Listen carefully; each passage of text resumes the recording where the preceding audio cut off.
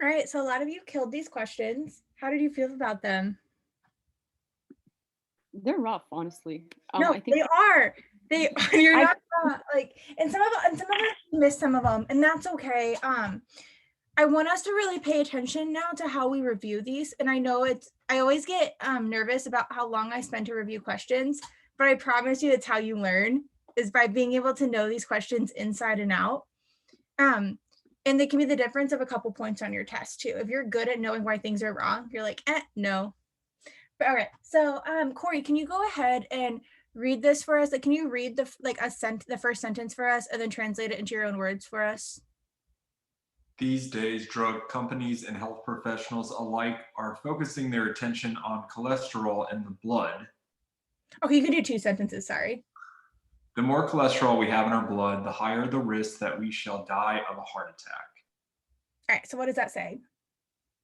Cholesterol is deadly.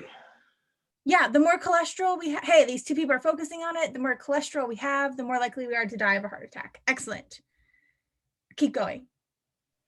The issue is pertinent since heart disease kills more North Americans every year than any other single cause.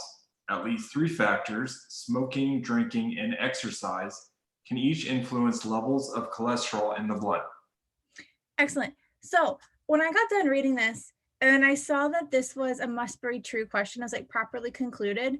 My mind went back up and I just thought about it for a second and I was like, oh, I bet it's going to say something about these things, right? Did anybody, when you read this, where did your mind go when you read smoking, drinking, and exercise? it automatically went to like trying to link all three. What connection do they all have? And they all influence levels of cholesterol. So right off the bat, we knew that like it's they mentioned it for a reason. Otherwise, they wouldn't have.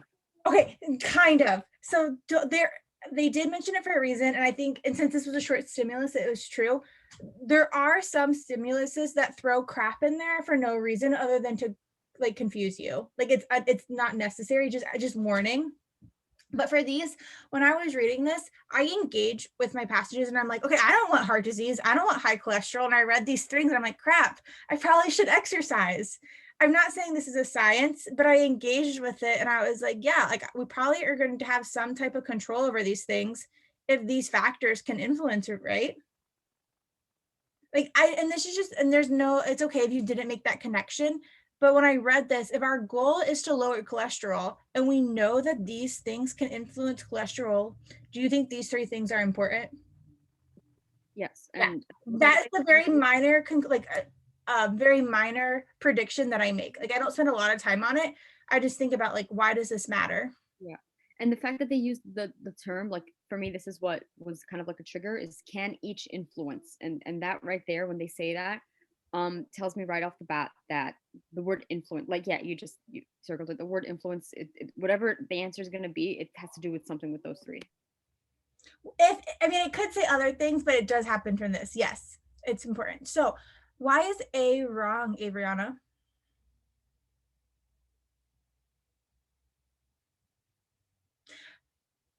Oh, you're on mute. Because we don't know anything about low blood cholesterol. We just know about high cholesterol.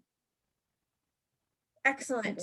And yes, we know that if it's high, you have a higher risk, but we have no idea that if it's low, that guarantees that your heart disease is low. Maybe it's genetic for you or something. Yeah, excellent. All right. Why is B wrong, Malika? Because we don't know about moderation versus heavy smoking. That's kind of a new factor. Right. And I feel like they play on emotions here because if you're around smoking and like if you hear ads, you're like, yeah, smoking can be just as like moderate smoking can be just as bad. But this is where the bottom, like the top down comes in, where we don't get to bring in outside information. So B is wrong for that. Tyler, why is C wrong?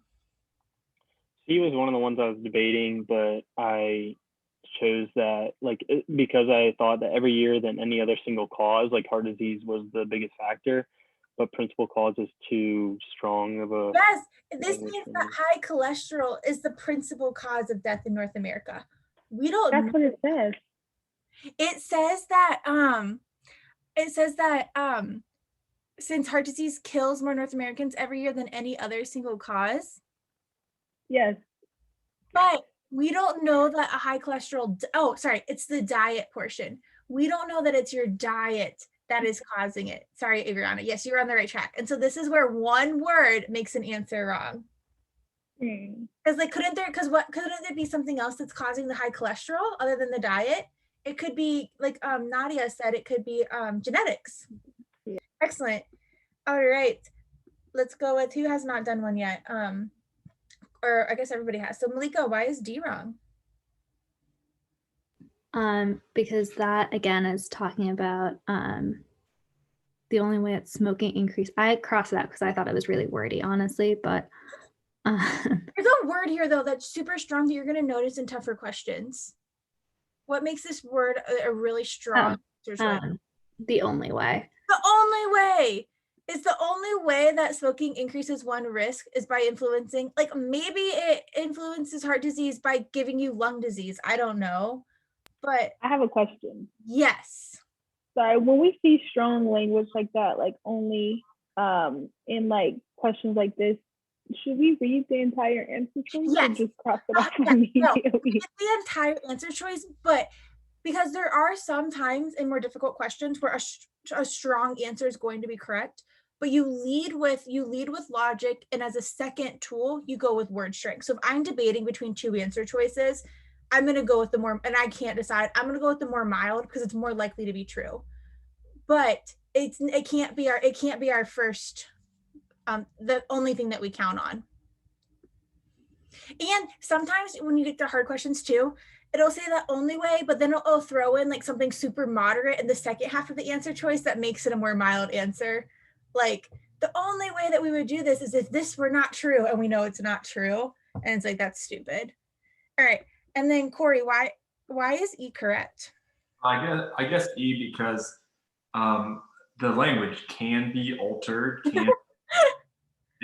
To me, I feel like certain is a mild language choice because to me, it's like by changes in lifestyle sounds more absolute, I guess. And certain to me seems like it gives it a little bit of leeway. Okay, but can be altered. So on the LSAT, it's not telling us like heart disease will be altered or for certain. It's just saying like it can be altered. And it's not saying it's going to be dramatically altered, but maybe if exercise changes your cholesterol or the risk of heart disease by a little bit, did it alter it? Or so if you start exercising and your risk in heart disease goes from, I was at 99% risk and now I'm at 97% risk, did exercising change or alter my risk? Even though it was only 2%, it's very easy to prove. All right. Let's do